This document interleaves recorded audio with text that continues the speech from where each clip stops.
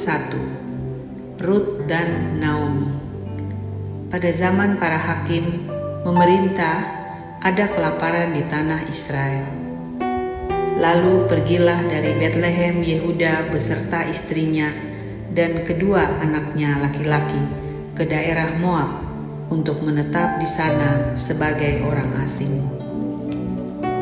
Nama orang itu ialah Elimelek, nama istrinya Naomi, dan nama kedua anaknya Mahlon dan Kilion, semua orang-orang Efrata dari Betlehem Yehuda.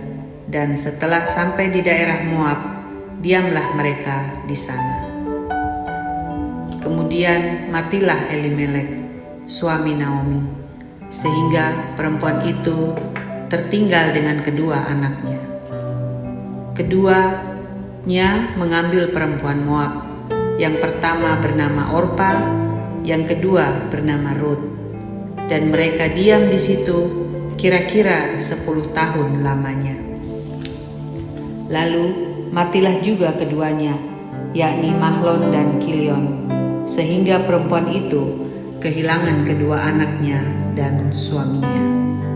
Kemudian berkemaslah ia dengan kedua menantunya dan ia pulang dari daerah Moab, sebab di daerah Moab ia mendengar bahwa Tuhan telah memperhatikan umatnya dan memberikan makanan kepada mereka.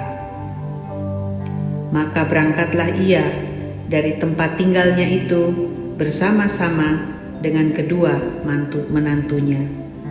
Ketika mereka sedang di jalan untuk pulang ke tanah Yehuda, berkatalah Naomi kepada kedua menantunya itu, "Pergilah, pulanglah masing-masing ke rumah ibunya. Tuhan kiranya menunjukkan kasih-Nya kepadamu, seperti yang kamu tunjukkan kepada orang-orang yang telah mati itu dan kepadaku. Kiranya atas karunia Tuhan kamu mendapat tempat perlindungan masing-masing di rumah suaminya." Lalu diciumnyalah mereka, tetapi mereka menangis dengan suara keras dan berkata kepadanya, "Tidak, kami ikut dengan engkau pulang kepada bangsamu." Tetapi Naomi berkata, "Pulanglah anak-anakku, mengapakah kamu turut dengan aku? Bukankah tidak akan ada lagi anak laki-laki yang kulahirkan untuk dijadikan suamimu nanti? Pulanglah anak-anakku, pergilah, sebab sudah terlalu tua aku untuk bersuami. Seandainya pikirku ada harapan bagiku, dan sekalipun malam ini aku bersuami, bahkan sekalipun aku masih melahirkan anak laki-laki, masakan kamu menanti sampai mereka dewasa? Masakan karena itu kamu harus menahan diri dan tidak bersuami? Janganlah kiranya demikian, anak-anakku. Bukankah jauh lebih pahit yang aku alami daripada kamu, sebab tangan Tuhan teracung terhadap aku?" Menangis pula mereka dengan suara keras. Lalu Orpa mencium mertuanya itu, minta diri, tetapi Rut tetap berpaut padanya. Berkatalah Naomi, "Telah pulang iparmu kepada bangsanya dan kepada para allahnya.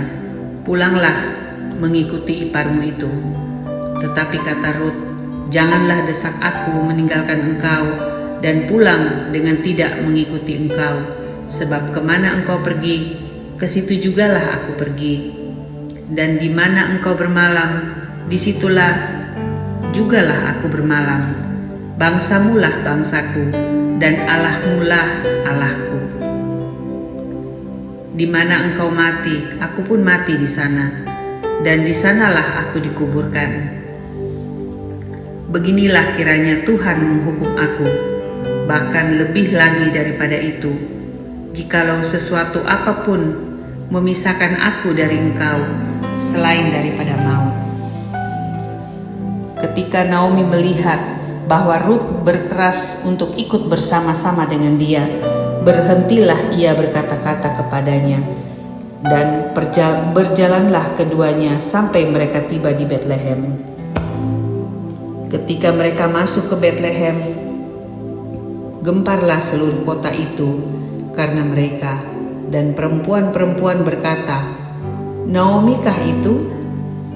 Tetapi ia berkata kepada mereka, "Janganlah sebutkan aku Naomi, sebutkanlah aku Mara.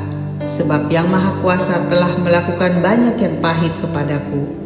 Dengan tangan yang penuh aku pergi, tetapi dengan tangan yang kosong Tuhan memulangkan aku. Mengapakah kamu menyebutkan aku Naomi? Karena Tuhan telah naik saksi menentang aku, dan Yang Maha Kuasa telah mendatangkan malapetaka kepadaku." Demikianlah Naomi pulang bersama-sama dengan Rut, perempuan Moab itu, menantunya, yang turut pulang dari daerah Moab, dan sampailah mereka ke Betlehem pada permulaan musim menuai jelai. Rut 2. Rut bertemu dengan Boas. Naomi itu mempunyai seorang sanak dari pihak suaminya, seorang yang kaya raya dari kaum Elimelek, namanya Boas. Maka Rut, perempuan Moab itu, berkata kepada Naomi, "Biarkanlah aku pergi ke ladang memungut bulir-bulir jelai di belakang orang yang murah hati kepadaku." Dan saut Naomi kepadanya, "Pergilah anakku."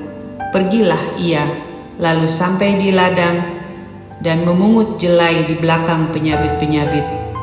Kebetulan ia berada di tanah milik Boas yang berasal dari kaum Elimelek. Lalu datanglah Boas dari Betlehem. Ia berkata kepada penyabit-penyabit itu, "Tuhan kiranya menyertai kamu." Jawab mereka, "Tuhan kiranya memberkati tuan." Lalu kata Boas kepada bujangnya yang mengawasi penyabit-penyabit itu, "Dari manakah perempuan ini?" Bujang yang mengawasi penyabit-penyabit itu berkata, "Dia adalah seorang perempuan Moab. Dia pulang bersama-sama dengan Naomi dari daerah Moab. Tadi ia berkata, 'Izinkanlah kiranya aku memungut dan mengumpulkan jelai dari antara berkas-berkas jelai ini di belakang penyabit-penyabit.' Begitulah ia datang dan terus sibuk dari pagi sampai sekarang, dan seketika pun ia tidak berhenti."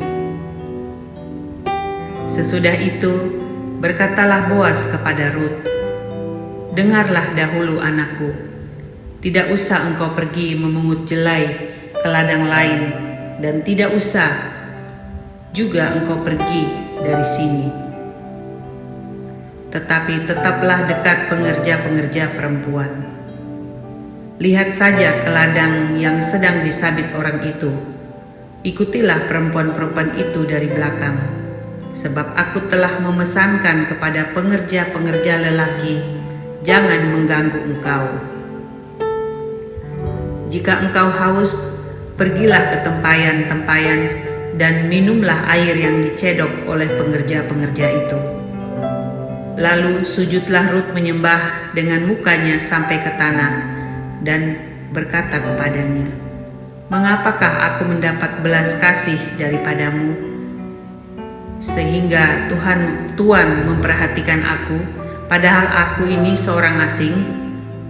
Boas menjawab, "Telah dikabarkan orang kepadaku dengan lengkap segala sesuatu yang engkau lakukan kepada mertuamu sesudah suamimu mati, dan bagaimana engkau meninggalkan ibu bapamu dan tanah kelahiranmu serta pergi kepada suatu bangsa yang dahulu tidak engkau kenal.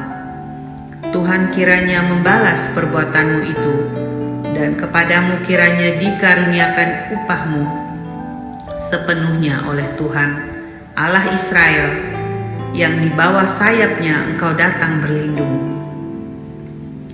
Kemudian berkatalah Rut, "Memang aku mendapat belas kasihan daripadamu, ya Tuanku, sebab Tuhan telah menghibur aku dan telah menenangkan hati hambamu ini, walaupun aku tidak sama seperti salah seorang hamba-hambamu perempuan.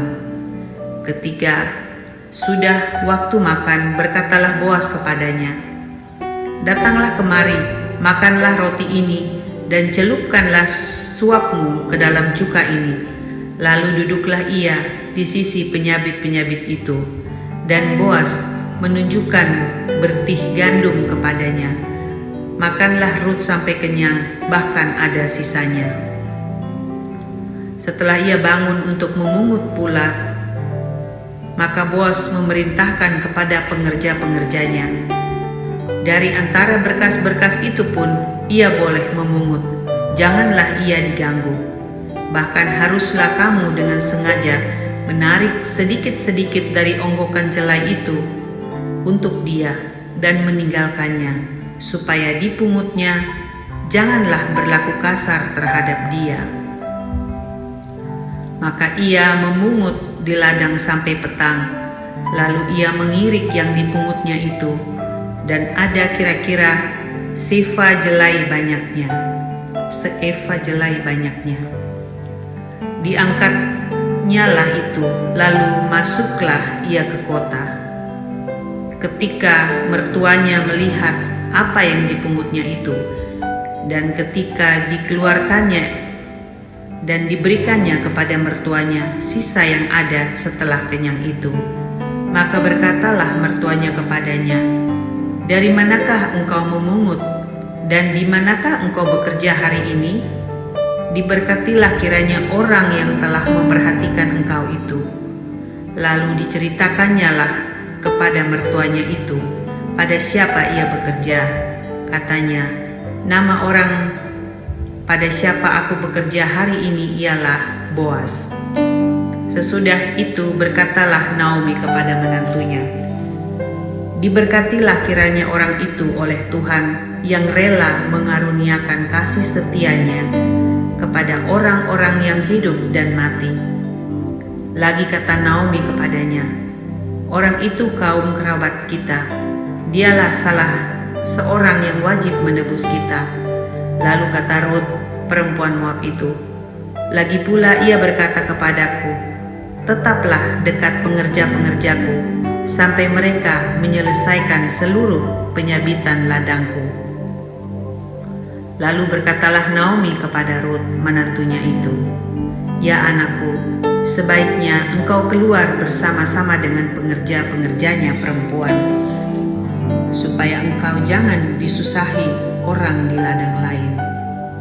Demikianlah Rut dekat pada pengerja-pengerja perempuan Boas untuk memungut sampai musim menuai jelai, dan musim menuai gandum telah berakhir. Dan selama itu ia tinggal pada mertuanya.